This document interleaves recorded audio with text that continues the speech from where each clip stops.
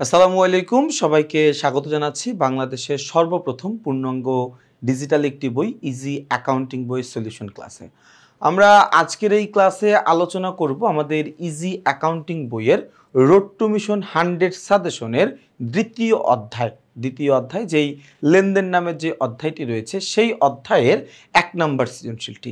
আমাদের 1 নম্বর সৃজনশীলে কি বলা রয়েছে দেখো, বলা আছে যে মিস্টার আশিস কুমার চক্রবর্তী একজন ব্যবসায়ী 2014 সালের ডিসেম্বর মাসে তার ব্যবসায়ের নিম্নলিখিত ঘটনাগুলো সংগঠিত হয়েছে। আচ্ছা, কি কি ঘটনাগুলো সংগঠিত হয়েছে আমরা এগুলো একটু দেখব। আমরা একটু বড় করে নিই প্রশ্নটা, তাহলে আমাদের সবার দেখতে সুবিধা হবে। হ্যাঁ, ওকে, দেখো কি বলা আছে ভাইয়া। ডিসেম্বরের 1 তারিখে বলেছে যে 20,000 টাকা নিয়ে ব্যবসায় শুরু করেন।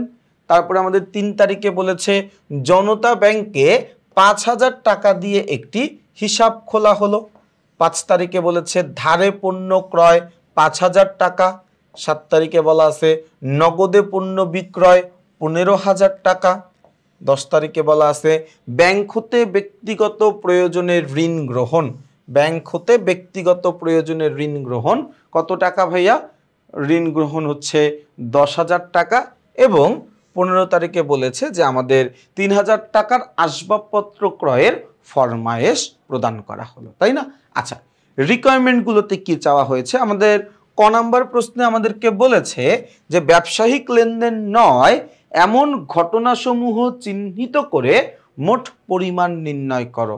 আমার ব্যবসায়িক লেনদেন নয় এমন ঘটনাসমূহের মোট পরিমাণ নির্ণয় করতে বলছে। ভাই আমি কি বলছিলাম যে কোনো একটা ঘটনা, সেটাকে যদি আমি লেনদেন বলতে চাই তাহলে ওই ঘটনাকে 2টা শর্ত পূরণ করতে হবে। কয়টা শর্ত? 2টা শর্ত। শর্ত 2টা কি কি? নাম্বার 1, এই শর্ত নাম্বার 1 হচ্ছে আচ্ছা দেখো, শর্ত নাম্বার 1 হচ্ছে ওই ঘটনাটা, খেয়াল করো, ওই ঘটনাটা অবশ্যই একটা আর্থিক ঘটনা হইতে হবে। ওই ঘটনাটাকে অবশ্যই কি হইতে হবে? একটা আর্থিক ঘটনা হইতে হবে। কি ঘটনা হইতে হবে? আর্থিক ঘটনা হইতে হবে। এবং ওই আর্থিক ঘটনাটা আমার প্রতিষ্ঠানের আর্থিক অবস্থাকে প্রভাবিত করবে বা আর্থিক অবস্থাকে পরিবর্তন করবে, তাই না? আচ্ছা, যদি কেউ এই 2টা শর্ত পূরণ করতে না পারে, যদি কেউ এই 2টা শর্ত পূরণ করতে না পারে তাহলে সেটা কি না? লেনদেন নয়। তার মানে লেনদেন হইতে গেলে এই 2টা শর্ত আমাকে পূরণ করতেই হবে। তাহলে আমরা যদি একটু প্রথম দিক থেকে খেয়াল করতে থাকি, দেখো আমাদের 10 তারিখের লেনদেনে কি বলছে? ব্যাংক হতে ব্যক্তিগত প্রয়োজনে ঋণ গ্রহণ 10,000 টাকা। এটা কিন্তু একটা আর্থিক ঘটনা। তোমাকে যদি কেউ জিজ্ঞাসা করা হয় যে ভাইয়া ডিসেম্বরে কয় তারিখের ঘটনার কথা বলছে, তুমি কিন্তু বলতে পারবা 10,000 টাকার ঘটনার কথা বলছে। কিন্তু এই 10,000 টাকা কি আমার প্রতিষ্ঠানের আর্থিক অবস্থাকে পরিবর্তন করছে কিনা? এই 10,000 টাকা কি আমার প্রতিষ্ঠানের আর্থিক অবস্থাকে প্রভাবিত করছে কিনা?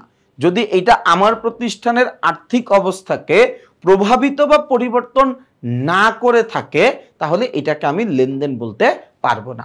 যেমন যেহেতু ঋণটা গ্রহণ করছে মালিক নিজে, তার মানে এইখানে একটা আর্থিক অবস্থার পরিবর্তন ঘটছে, কিন্তু পরিবর্তনটা ঘটছে কার?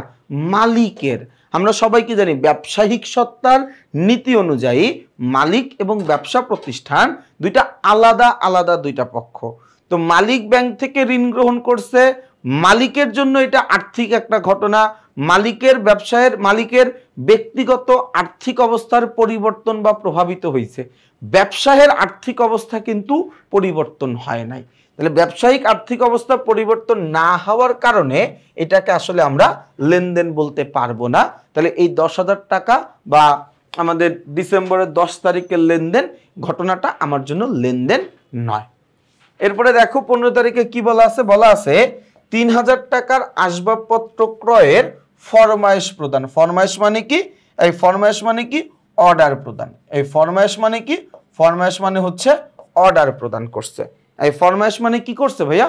ফরমায়েশ মানে হচ্ছে অর্ডার প্রদান করছে। ভাইয়া আমি যদি কখনো কোনো পণ্যের অর্ডার দেই, আমি মাত্র অর্ডার দিছি, আমি কি পণ্যদ্রব্য ক্রয় করছি? কিনি নাই তো। তাহলে আমি যতক্ষণ পর্যন্ত পণ্য না কিনবো, যতক্ষণ পর্যন্ত ওই পণ্যের জন্য অর্থ খরচ না করব, যতক্ষণ পর্যন্ত ওই পণ্যটা আমি আমার হাতে বুঝে না পাইব, ততক্ষণ পর্যন্ত ওইটা আমার জন্য লেনদেন হবে না। কেন লেনদেন হবে না? কারণ ওইটা আমার প্রতিষ্ঠানের আর্থিক অবস্থাকে প্রভাবিত করে না, ওইটা আমার প্রতিষ্ঠানের আর্থিক অবস্থাকে পরিবর্তন করে না। তাহলে এটাকে আমি লেনদেন বলতে যাব কেন? লেনদেন বলার তো কোনো কারণ নাই, তাই না? তাহলে আমার লেনদেন নয়, এটার মধ্যে কি এই 3000 টাকাও কিন্তু আসবে, তাই না? এই 3000 টাকাও কিন্তু আসবে। আচ্ছা, তাহলে আমি জাস্ট, আমাকে যেহেতু পরে বলে দিল যে মোট পরিমাণ নির্ণয় করো, তাহলে ভাই 10,000 টাকা আর 3000 টাকা যোগ করে দিলে আসবে কত? 13,000 টাকা। তাহলে আমাদের ক নাম্বার প্রশ্নের উত্তর হচ্ছে 13,000 টাকা। ওকে, আমরা উত্তরটাও বিস্তারিত দেখবো। আমরা আগে খ নাম্বারটা সমাধান করি, কারণ নয়তো বা আমাদের বোর্ডের লেখা সব চলে যাবে। হ্যাঁ, আচ্ছা, খ নাম্বার প্রশ্নটায় আমরা আসি। ভাই আমাদের খ নাম্বার প্রশ্নে কি বলেছে? আমাদের খ নাম্বার প্রশ্নে বলেছে ঘটনাসমূহ হতে লেনদেন চিহ্নিত করে, অর্থাৎ কোনটা আমাদের জন্য লেনদেন, কোনটা আমাদের জন্য লেনদেন নয়, সেটা চিহ্নিত করার পরে আমাকে সমীকরণ পদ্ধতিতে তার কারণ ব্যাখ্যা করতে হবে যে এই লেনদেনের ফলে এইটা হয়েছে, এই লেনদেনের ফলে এইটা হয় নাই, তাই না?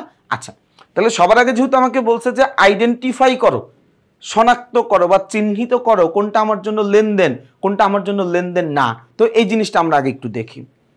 আমাদের লেনদেন নয় কোনটা কোনটা?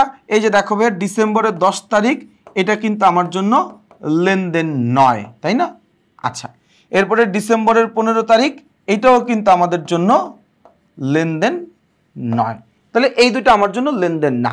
ডিসেম্বরের 10 তারিখ এবং 15 তারিখ, এই দুইটাই আমার জন্য লেনদেন না। ওকে, ভালো কথা, এই দুইটা লেনদেন না। তাহলে লেনদেন কোনগুলো? এগুলো সবই লেনদেন। 1 তারিখেরটা লেনদেন, 3 তারিখেরটা লেনদেন, 5 তারিখেরটা লেনদেন, 7 তারিখেরটা লেনদেন। তাহলে তারা যে প্রথম যতটুকু কথা বললো যে লেনদেন সমূহ চিহ্নিত করে, আমাদের চিহ্নিত করার কাজটুকু হইল। এখন কি বলছে? করে সমীকরণ পদ্ধতিতে তার কারণ ব্যাখ্যা করো। সমীকরণ পদ্ধতিতে তার কারণ ব্যাখ্যা করতে হবে। ওকে, ভালো কথা। সবার প্রথমে কি বলছে ভাইয়া? বলছে যে 20,000 টাকা নিয়ে ব্যবসায় শুরু করেন। আমরা এই লেনদেনের হিসাব সমীকরণের প্রভাব দেওয়ার আগে আমরা জাস্ট দুইটা পক্ষকে আইডেন্টিফাই করে নিব। তাহলে আমাদের এই পদ্ধতিটা ব্যাখ্যা করতে, হিসাব সমীকরণ ও তার কারণটা ব্যাখ্যা করতে আমাদের জন্য সুবিধা হবে। যেমন দেখো, এখানে 20,000 টাকা নিয়ে আমি ব্যবসায় শুরু করছি। যে কোনো একটা ব্যবসা প্রতিষ্ঠান, সে যদি টাকা নিয়ে ব্যবসায় শুরু করে, তাহলে তার ব্যবসায়ে নগদ টাকার পরিমাণ বাড়ে। নগদান হিসাব কি হবে? ডেবিট হবে। আর কি হবে ভাইয়া? আর হচ্ছে আমাদের মূলধন হিসাব ক্রেডিট হবে, তাই না? আচ্ছা, ঘটনাটা কি দাঁড়ায় এখানে দেখো তো ভাইয়া। এই ঘটনাটা দাঁড়ায় হচ্ছে এই যে আমার ব্যবসায়ে নগদ টাকা মূলধন স্বরূপ আনায় আমার ব্যবসায়ে নগদ নামের সম্পদ বৃদ্ধি পাবে। এই নগদ নামের কি বৃদ্ধি পাবে? সম্পদ বৃদ্ধি পাবে। এবং মালিক যেহেতু ব্যবসায় মূলধন দিছে, আমার ব্যবসায় মূলধনের পরিমাণও বাড়বে। এবং আমরা কি জানি, যদি মূলধন ও আয়ের পরিমাণ বৃদ্ধি পায়, তাহলে মালিকানা সত্ত্বের পরিমাণও বৃদ্ধি পাবে। মূলধন ও আয়ের পরিমাণ বৃদ্ধি পাইলে মালিকানা সত্ত্বের পরিমাণও বৃদ্ধি পাবে। তাহলে এখানে কি হবে ভাইয়া? এখানে আমার ও ই পরিমাণও বৃদ্ধি পাবে। ওকে, তাহলে আমরা একটা কারণ ব্যাখ্যা করতে পারলাম যে মালিক কর্তৃক ব্যবসায়ে মূলধন বিনিয়োগ করায় ব্যবসায়ে নগদ নামের সম্পত্তির পরিমাণ বৃদ্ধি পেয়েছে এবং মূলধন বৃদ্ধি পাওয়ায় মালিকানা সত্ত্বের পরিমাণও বৃদ্ধি পেয়েছে। তাহলে 1 নম্বর লেনদেনটা বুঝলাম। চলে যাব আমরা লেনদেন নাম্বার 2। বলা আছে জনতা ব্যাংকে 5,000 টাকা দিয়ে একটি হিসাব খোলা হলো। জনতা ব্যাংকে আমি একটা হিসাব খুলছি। কত টাকা দিয়ে? 5,000 টাকা দিয়ে। ভাইয়া, ব্যাংকে হিসাব খুলতে গেলে ব্যাংকে টাকা জমা দিয়ে আসতে হয়, এর ফলে আমার ব্যাংকের টাকা বাড়ে। তাহলে ব্যাংক হিসাব ডেবিট। এবং এই যে আমি ব্যাংকে টাকাটা দিলাম, এই টাকাটা কিন্তু আমার পকেট থেকেই গেছে, তার মানে আমার নগদ টাকাটাই কিন্তু কমে গেছে। তাহলে এখানে নগদান হিসাব কি হবে? এখানে নগদান হিসাব হচ্ছে ক্রেডিট হবে। এখানে নগদান হিসাব কি হবে? নগদান হিসাব ক্রেডিট হবে, তাই না? আচ্ছা, কারণটা কি হইতে পারে ভাইয়া? ব্যাখ্যাটা আমরা একটু বলি।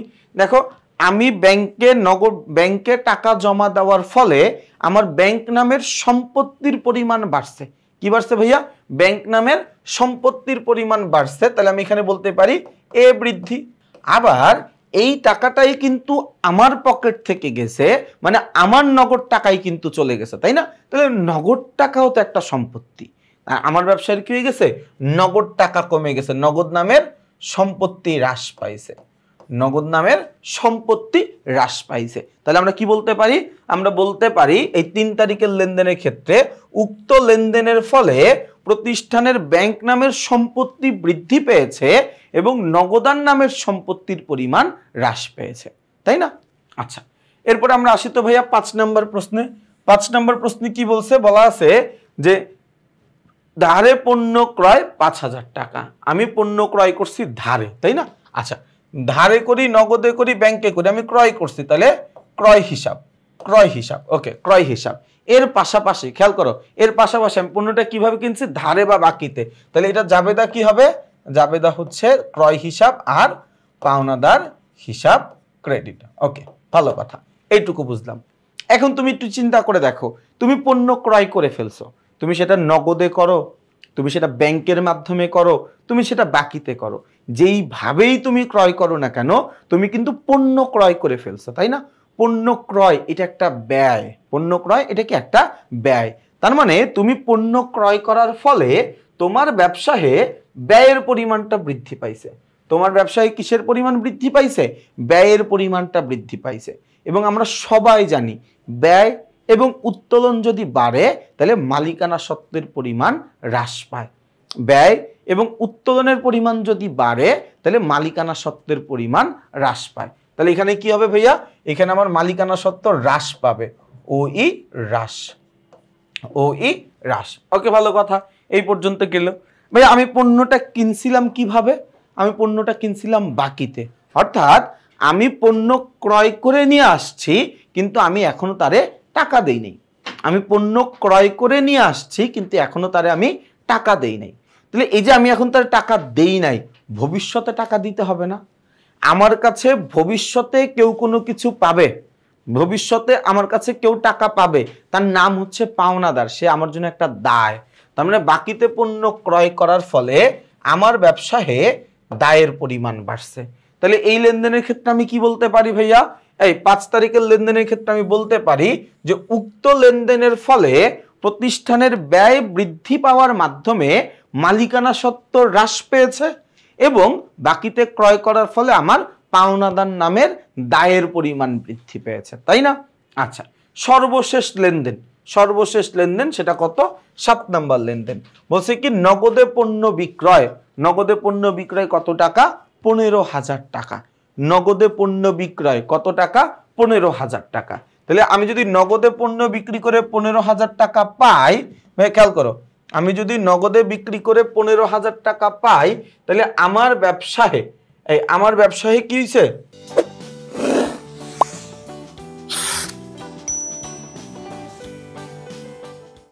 আচ্ছা, আমার ব্যবসায় কি হয়েছে ভাইয়া? আমার ব্যবসায় আমি টাকা পাইছি। সোজা কথা হচ্ছে এটা, আমার ব্যবসায় আমি টাকা পাইছি। টাকা পাইছি মানে কি ভাইয়া? নগদ টাকা বাড়ছে, নগদান হিসাব ডেবিট। আচ্ছা, এরপরে কি হয়েছে? আমি নগদ টাকাটা কেন পাইছি ভাইয়া? আমি পণ্যটা বিক্রি করছি, এই জন্য আমি কি পাইছি?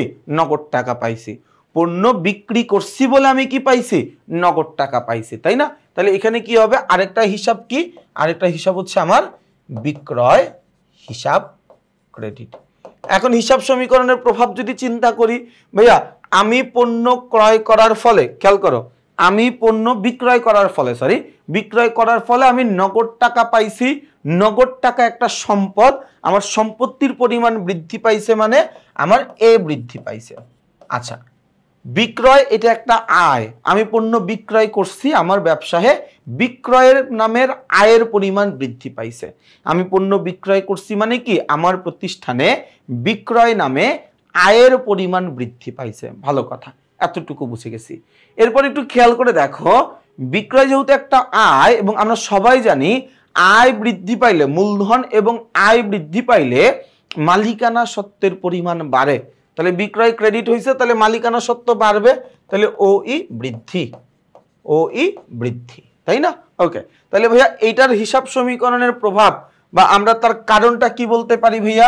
এটার কারণটাই আমরা বলতে পারি যে নগদে পণ্য বিক্রয় করায় বা উক্ত লেনদেনের ফলে নগদ টাকা বৃদ্ধি পাওয়ায় নগদ নামের সম্পত্তির পরিমাণ বৃদ্ধি পেয়েছে, এর পাশাপাশি বিক্রয় নামের আয় বৃদ্ধি পাওয়ায় আমার মালিকানা সত্ত্বের পরিমাণও বৃদ্ধি পেয়েছে, তাই না?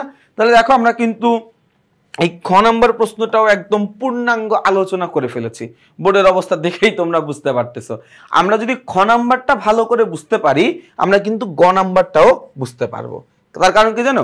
খ নাম্বারটা আমি মুখে মুখে মানে কথায় লিখতেছি, আমার ব্যবসায়ে সম্পদ এবং মালিকানা সত্ত্ব বৃদ্ধি পেয়েছে, আমার ব্যবসায়ে মালিকানা সত্ত্ব হ্রাস পেয়েছে এবং দায় বৃদ্ধি পেয়েছে, মুখে মুখে বলতেছি, তাই না? লিখতেছি, কথায় লিখতেছি।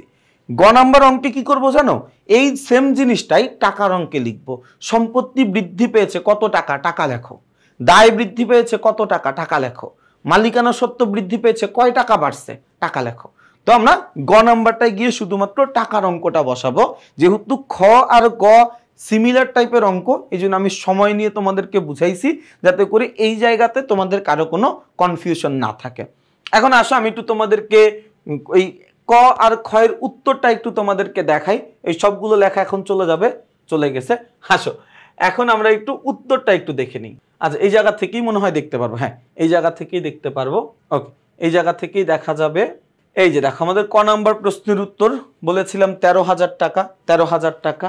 এই জায়গায় আমি যা যা বলছিলাম, যেটা বাড়বে যেটা কমবে ওইটাই হয়েছে। দেখো, এই যে সম্পদ বৃদ্ধি, মালিকানা সত্ত্ব বৃদ্ধি, তারপরে কি সম্পদ হ্রাস, এরপরে আবার সম্পদ বৃদ্ধি, এরপরে কি এই যে দায় বৃদ্ধি পেয়েছে, মালিকানা সত্ত্ব হ্রাস পেয়েছে, প্রতিষ্ঠানের সম্পদ বৃদ্ধি পেয়েছে, মালিকানা সত্ত্ব বৃদ্ধি পেয়েছে। এরপরে এটা আমার জন্য লেনদেন না, এটা আমার জন্য লেনদেন না। এখন এটার ভাষাটা কি হবে, এটার শব্দটা কি হবে, এটা তুমি তোমার মতো সাজায় লেখো। আমি এইভাবে লিখছি তার মানে তোমাকে এইভাবেই লিখতে হবে ব্যাপারটা এমন কোনো কথা নাই। তোমার আমার কথার সাথে মিল থাকা লাগবে। এই যে সম্পদ বৃদ্ধি পেয়েছে, মালিকানা সত্ত্ব বৃদ্ধি পেয়েছে, সম্পদ হ্রাস পেয়েছে, সম্পদ বৃদ্ধি পেয়েছে, পাওনাদার বৃদ্ধি পেয়েছে, মালিকানা সত্ত্ব হ্রাস পেয়েছে, সম্পদ বৃদ্ধি পেয়েছে, মালিকানা সত্ত্ব বৃদ্ধি পেয়েছে। এইগুলো মিল থাকা লাগবে। বাকি শব্দ তুমি তোমার মতো করে লেখো, সাবলীল ভাষায় লেখো, কোনো সমস্যা নেই, কোনো সমস্যা নেই, তাই না? তাহলে দেখো ভাইয়া, আমরা কিন্তু ক আর খ খুব সুন্দর করে বুঝেছি। আমরা গ নাম্বারে তেমন কোনো কিছুই করতে হবে না। গ নাম্বারে আমরা শুধুমাত্র ভাইয়া যোগ বিয়োগের কাজটা একটু করব। গ নাম্বারে আমরা কি করব? গ নাম্বারে শুধুমাত্র আমরা একটু যোগ বিয়োগের কাজটা করব। আচ্ছা, এরপরে আমরা আমাদের গ নাম্বার প্রশ্নটা দেখি। গ নাম্বার প্রশ্নে আমাদেরকে কি বলেছিল ভাইয়া? গ নাম্বার প্রশ্নে আমাদেরকে বলেছিল যে বিবরণী ছকে হিসাব সমীকরণের উপর লেনদেনের প্রভাব দেখাও। বিবরণী ছকের মাধ্যমে আমরা কি করব? আমরা লেনদেনগুলোর প্রভাব দেখাবো। আমরা লেনদেনগুলো সম্পর্কে পূর্ণাঙ্গ ধারণা আমাদের আছে, কোনটার ফলে কোনটা বাড়ছিল, কোনটার ফলে কোনটা কমছিল। আমরা এটার একটা বিস্তারিত আলোচনা কিন্তু তোমাদের সামনে করে রাখছিলাম, তাই না? তাহলে এখন কিন্তু আর খুব একটা বিস্তারিত আলোচনার আসলে দরকার নাই। আমরা শুধুমাত্র কি করতে পারি এখন? আমরা শুধুমাত্র এখন জিনিসটা একটু মনোযোগ দিয়ে একবার দেখতে পারি আর কি, যে আসলে কোনটা বাড়লো কোনটা কমলো, তাই না? আচ্ছা, আমরা এই যে চলে গেলাম ছকে, আমরা এই যে চলে গেলাম অঙ্কতে। দেখো, আমাদের প্রথমে আমরা আসবো, আমাদের প্রথম লেনদেনটাই কি বলছে ভাইয়া? আমাদের প্রথম লেনদেনে বলা ছিল যে 20,000 টাকা নিয়ে ব্যবসায় শুরু করা হলো। এটা লেনদেনের প্রভাবে আমরা কি পড়ছিলাম? যে আমার নগদ টাকা বাড়ছিল 20,000। খ নাম্বার প্রশ্নটা মনে করো ভাইয়া, খ পারলে গ আমরা এমনিই পারবো। এই কারণে কিন্তু আমি অনেক ব্যাখ্যা করছিলাম কি, যে আমি 20,000 টাকা নিয়ে ব্যবসায় শুরু করছি। তাহলে কি হয়েছিল? আমার একবার নগদ টাকা বাড়ছিল, আরেকবার আমার মালিকানা সত্ত্ব বাড়ছিল, তাই না? একবার আমার নগদ বাড়বে, আরেকবার আমার মালিকানা সত্ত্ব বাড়বে। তাহলে একটু খেয়াল করে দেখো ভাইয়া, এই যে ডিসেম্বরের 1 তারিখে আমি নগদ বাড়াইছি কত? 20,000 টাকা, মালিকানা সত্ত্ব বাড়াইলাম কত? 20,000 টাকা। একটা কথা তোমার মাথায় রাখা লাগবে, সেটা হচ্ছে কোনো একটা লেনদেনের প্রভাব সেটা যদি আমার মালিকানা সত্ত্বের ঘরে পড়ে তাহলে সেটার কারণ লিখতে হবে। তাহলে এই যে দেখো ভাইয়া আমাদের এই লেনদেনটার প্রভাব আমাদের মালিকানা সত্ত্বের ঘরে পড়েছে, আমরা একটা মন্তব্য লিখেছি মূলধন আনায়ন। তুমি চাইলে লিখতে পারতা মালিক কর্তৃক মূলধন বিনিয়োগ, শুধু মূলধন বিনিয়োগ লিখতে পারতা, অর্থাৎ সামঞ্জস্যপূর্ণ একটা কারণ লিখে দিলেই হইতো, তাই না? আচ্ছা, উদ্ধৃতটা নামাবো আমরা 20,000 ছিল, তাহলে এখানে 20,000ই হবে, এখানেও 20,000 ছিল, তাহলে আমাদের 20,000 টাকাই হবে, তাই না? আচ্ছা, এরপরের প্রশ্ন, এরপরের লেনদেনে আমরা চলে যাব। এরপরের লেনদেনে কি বলা আছে ভাইয়া? এরপরের লেনদেনে বলা ছিল জনতা ব্যাংকে 5,000 টাকা দিয়ে একটি হিসাব খোলা হলো। আমি জনতা ব্যাংকে একটা হিসাব খুলছি, কত টাকা দিয়ে? 5,000 টাকা দিয়ে আমি একটা হিসাব খুলছি। এই যে আমি যে 5,000 টাকা দিয়ে জনতা ব্যাংকে একটা হিসাব খুললাম, এটার সমীকরণের প্রভাব আমি খ নম্বরে কি লিখছিলাম ভাইয়া? আমার ব্যাংক নামের সম্পত্তি বাড়বে এবং নগদ নামের সম্পত্তি কমবে, তাই না ভাইয়া? মনে করো খ নাম্বারটা খুবই ইম্পর্টেন্ট গ নাম্বারটা সমাধান করার জন্য। কি বলেছিলাম? যে আমার ব্যাংক নামের সম্পত্তির পরিমাণ বাড়বে এবং নগদ নামের সম্পত্তির পরিমাণ কমে যাবে, তাই না? আচ্ছা, দেখি তো ভাইয়া কি কাজ করা হয়েছে। এই যে দেখো আমরা এখানে কি করেছি, 3 তারিখে দেখো নগদ নামের সম্পত্তির পরিমাণ কমে গেছে এবং ব্যাংক নামের সম্পত্তির পরিমাণ বেড়ে গেছে, তাই না? যোগফল নামাই ভাইয়া, আগে ছিল 20,000, 20,000 টাকা থেকে 5,000 বাদ দিব, তাহলে থাকবে কত? 15,000 টাকা। আগের যেই 5,000 ছিল 5,000ই থাকবে, এইখানে আগের যেই 20,000 ছিল ওই 20,000ই কিন্তু এইখানে থেকে যাচ্ছে, তাই না? তার মানে মালিকানা সত্ত্বের ঘরে এই লেনদেনের কোনো প্রভাব পড়ে নাই।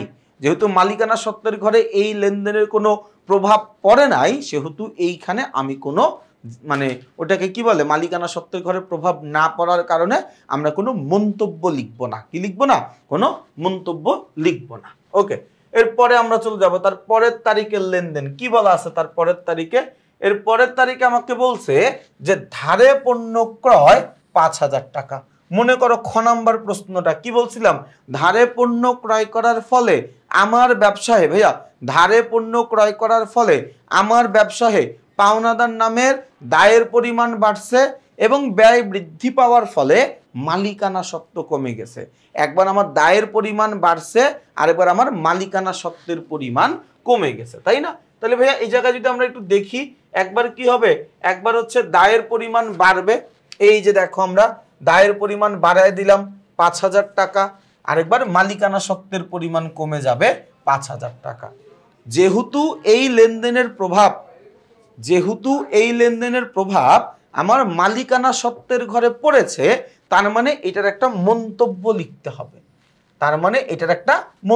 লিখতে হবে। তুমি লিখে দাও ব্যয়, তুমি লিখে দাও পণ্য ক্রয়, তুমি লিখে দাও খরচ, যেটা ইচ্ছা লেখো, একটা সামঞ্জস্যপূর্ণ একটা কথা লেখো। আমি খরচ লিখেছি, তার মানে তোমাকেও খরচ লিখতে হবে এমন কোনো কথা নেই। সামঞ্জস্যপূর্ণ কিছু একটা লিখতে হবে। কখন লিখতে হবে? যখন কোনো একটা লেনদেনের প্রভাব আমার মালিকানা সত্ত্বের ঘরে পড়বে। যোগফল নামাই ভাইয়া, এখানে আগের 15,000 ছিল, আর নতুন করে কোনো কিছু নাই, তাহলে নতুন করে উদ্ধৃত ওই 15,000 ছিল 15,000ই হবে। এরপরে যদি আমরা দেখি আগের আমার ছিল কত? 5,000 টাকা, নতুন করে এখানে 5,000 টাকাই হবে। আমার এইখানেও কি ছিল?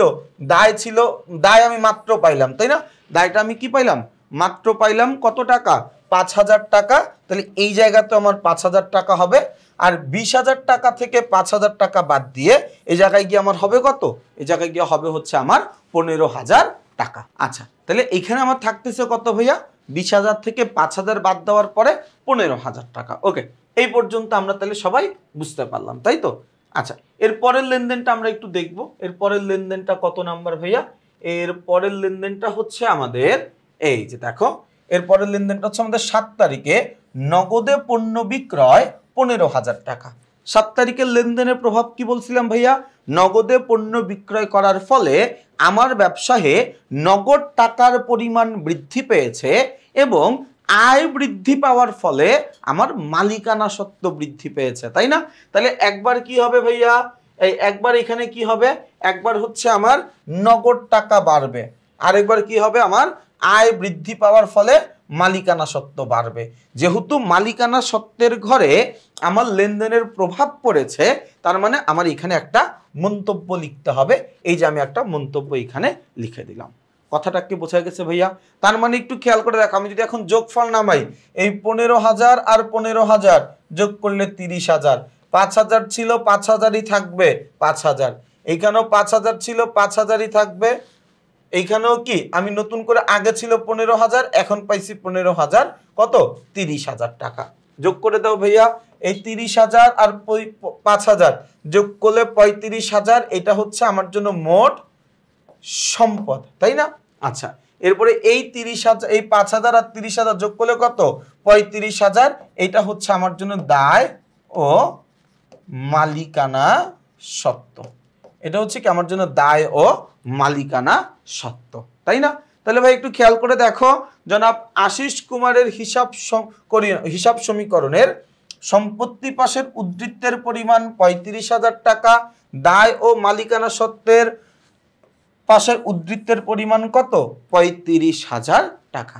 তাহলে আমরা খুব সুন্দর করে কিন্তু আমাদের সাজেশনের যে প্রথম প্রশ্নটা ছিল দ্বিতীয় অধ্যায় রোড টু মিশন 100 সাজেশনে, দেখো এই যে দেখো আমাদের রোড টু মিশন 100 সাজেশনের প্রথম সৃজনশীলটা কিন্তু আমরা সমাধান করে ফেলেছি, তাই না?